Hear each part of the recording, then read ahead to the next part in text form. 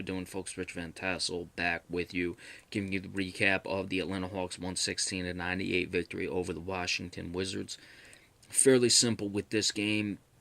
Washington did win the fourth quarter, did score 31 in that quarter. They were getting handled thoroughly throughout the game. We're down 38 to 20 at the end of the first quarter. Played to a split in the second quarter. Came out, looked like they may make a run in the second half at the beginning of the third quarter, but ended up losing that one and ended up losing, as we said, by 18 points. Now, in this game, they shot the Wizards 37 of 89, 41.6. Pretty bad, but you could look at it and be like, okay. 7 of 29 from three-point land, which is, on the bad side. I'm not going to sugarcoat it, but it's somewhat, it's not just horrific to look at. The thing was, John Wall shot 10 of 12 in this game. You take that 10 of 12 off of the 37 of 89, that's 27 of, what is that, 77? That's right around about 36%. Okay? So they needed a 10 of 12 shooting night by John Wall just to get above 41%. Wall did have 29.7 assists. Bradley Beal, 6 of 20, 12 points, 0 of 6 from behind the arc. So you take Bradley Beal, who was pretty poor, off of the three-point shooting, it suddenly becomes a lot better. Because you look at some of these numbers. Markieff Morris, 1 of 4. Otto Porter Jr., 1 of 3. John Wall, 1 of 1. Kelly Oubre Jr., who was 3 of 11 from the floor, but 3 of 7 from behind the arc.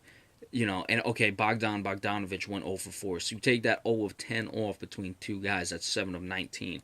That's certainly a fine shooting percentage. And when I say fine, I mean adequate shooting percentage from behind the arc. So, it was a lot of poor shooting by different guys, but to look at their threes and say, oh, it's horrific. Yeah, it's bad, the 24.1. But again, take the 0 of 10 off between both Beal and Bogdanovich. Everyone else was shooting pretty much what you would need to shoot from three to be competitive. Bogdanovich did have 11 points off the bench. Brandon Jennings was 4 of 6, so he was pretty good. Those were the only two guys who shot above 50% from the floor were Jennings and John Wall. Above 5 shots, I should say, because McClellan shot 2 for 3. For the Wizards, Paul Millsap getting right back into the swing of things. 12 of 20, 29 points, 14 rebounds, 5 assists, 2 blocks, 1 steal. He was sensational.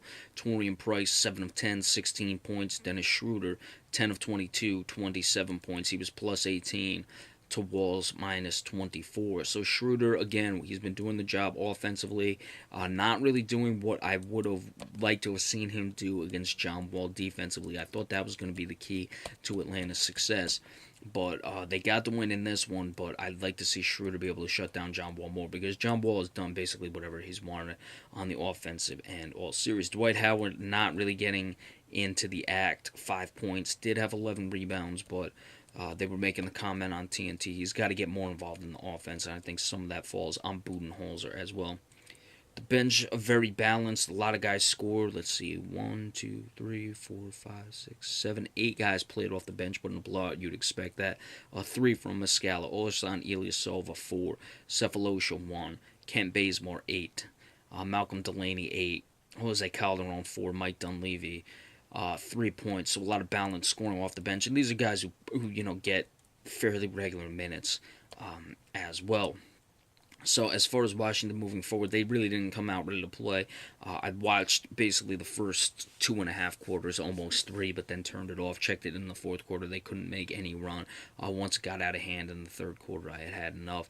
But, you could see it from the start. Washington, comes out and they just were flat. You had the 2-0 series lead. Are they just playing for one? Okay. You'd still like to see more. I know Greg Anthony, who was announcing the game, said you never really want to have a bad game, because you don't know how that'll carry over. So could also work as a wake-up call as well. But I'm expecting a much more focused effort from the Washington Wizards coming out in Game 4. But Atlanta certainly can do some damage to the Washington Wizards, especially if Paul Millsap is going to play that well. And Markieff Morris, a lot of back and forth between these two guys thus far this series, so we'll have to see if he can step his game up, because he's had 2 pretty good games in 1 and 2, but this one just fell flat, as did everyone, Bradley Beal as well. But Bradley Beal still played about as equal as Tim Hardaway Jr. and put up more points, but Hardaway Jr. was plus 19 to Bradley Beal, who was in the minus 20s, minus 26. So you look at the backcourt, that's the big thing. Plus 18 for Schroeder, plus 19.